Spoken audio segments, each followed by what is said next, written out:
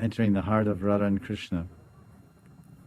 And this is the whole idea that there's different levels of there's different levels of servants. Some servants, they do what they're told to do. They're asked to do a service and they do it.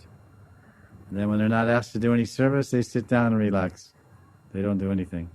And other servants, they do what they're told, and then they do so many other things too. Because the Guru says, for example, the Guru says, go to the market and buy 1 kilo of apples for Thakurji, afternoon offering. So the disciple goes to the market, but when he's in the market, he remembers, I was cleaning Gurudev's bathroom this morning, and I noticed his toothbrush is very old, and his toothpaste is almost finished. So I'll buy that too. So then he comes back, and he says, Gurudev, I brought some apples. And then he says, I bought this also. And he just puts the toothpaste and the toothbrush in front of Gurudev. Doesn't say anything. And Gurudev looks at him and smiles. And says, oh. And in that smile, the Gurudev is smiling at the disciple, and he's telling the disciple, Acha, you were aware. You know, I didn't have to ask you, but you already anticipated. You saw that I needed, and then you put 3 things in front of the Gurudev. You put the apples in one bag, and then you put the toothpaste and tube and all 3 and the toothbrush, all 3 on the table in front of Gurudev. And you were sitting on the floor. He was sitting maybe on a chair or maybe floor. Okay, same floor, one side table, and then the side. So now Gurudev, you can understand, he looks at you like this, like you understood, and then he reaches out, and you can't take everything with one hand, because it's a big bag of apples. So he reaches out and he takes the toothpaste. First thing he takes is the toothpaste and the toothbrush. And he goes into the bathroom, he puts it there, he washes his hands, he comes out. And then he tells the disciple, you take these apples to the kitchen. Thank you very much. So now there's 2 ways that the Guru reciprocated with the disciples' seva bhav and seva offering. One way, there's 3 ways actually.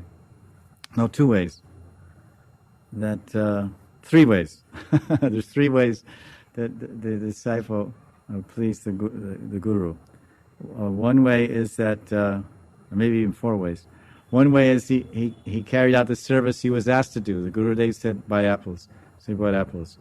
And the second way he pleased the Guru is he anticipated seva. He was not asked to do the seva, but he anticipated because of his telepathy or his intuition in terms of meditation, or his observation from the ashram. In this case, he saw the toothpaste was low in the bathroom and the toothbrush was worn out.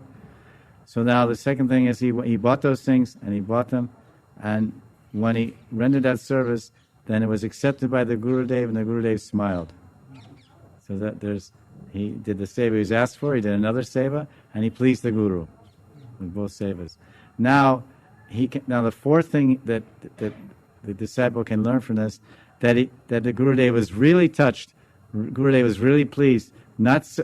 He was pleased by bringing the apples, but he showed that he's much more pleased that the disciple bought the toothpaste and the toothbrush. He was much more pleased and happy with that seva. Why? First of all, it wasn't asked. The Guru didn't ask. And second of all, and how did the Gurudev show that he was more pleased with that? Is that when his hand reached out, there was 3 items on the table that were offered to Gurudev. So Gurudev, when his hand reached out, he took the toothpaste. He only asked for apples. He said, you bring me some apples. So ordinarily, you bring the apples, your hand would give it, and his hand would reach out and take it. But now his hand reached out, and he took the toothpaste and the toothbrush, which means he accepted these first, right? And he touched these with his own hand, and with his own hands, and he got up and he walked, because your love was so great, and now he's loving you. He's showing his love. Go ahead. He's showing his love for you by holding this toothbrush, And holding this toothpaste in his hand means, I'm holding your heart. I'm holding your heart. And and Gurudev's walking into the bathroom to put them there and throw away the old one means, I'm holding your heart and I'm taking your heart away from here to Radha and Krishna. Why? Because this what I've taken for you represents your service that I did not ask you. So this is called a second-class servant. It's very nice. Now that there's a third class and a second. Now there's a first-class servant. Now the first-class servant, the disciple, the Gurudev never asks him anything. He doesn't ask him anything, but he's so much bhav taratmya with the Guru that he know, oh, Guru needs this, and he never asks the Gurudev, what do you want to eat today, or what should I cook? He thinks, and then he knows, and then he cooks. So now, taking that sadhak, doing the Vapu Seva of Guru, now that sadhak is doing the manasik seva. So now he has, so that we can be a third level, a third level manasik sevite, or a second level, or a first level. So the first level, Raghunaga Bhakta, is what you were saying, that he's thinking, oh, what does Radharani desire? What does Krishna desire right now?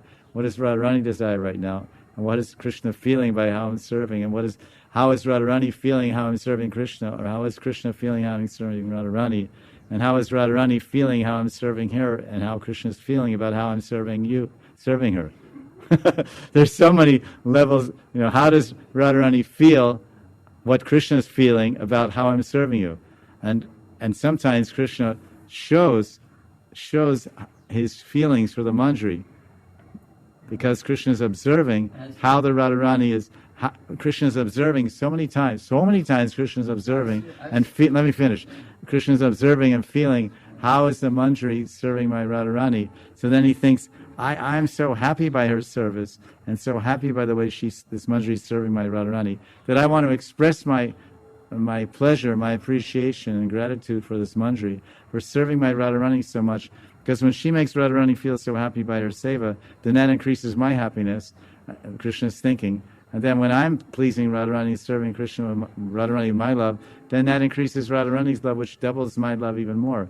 So the only thing I can think to repay this manjari, because I don't have anything. I can't repay the Sakhis, I can't repay the manjaris.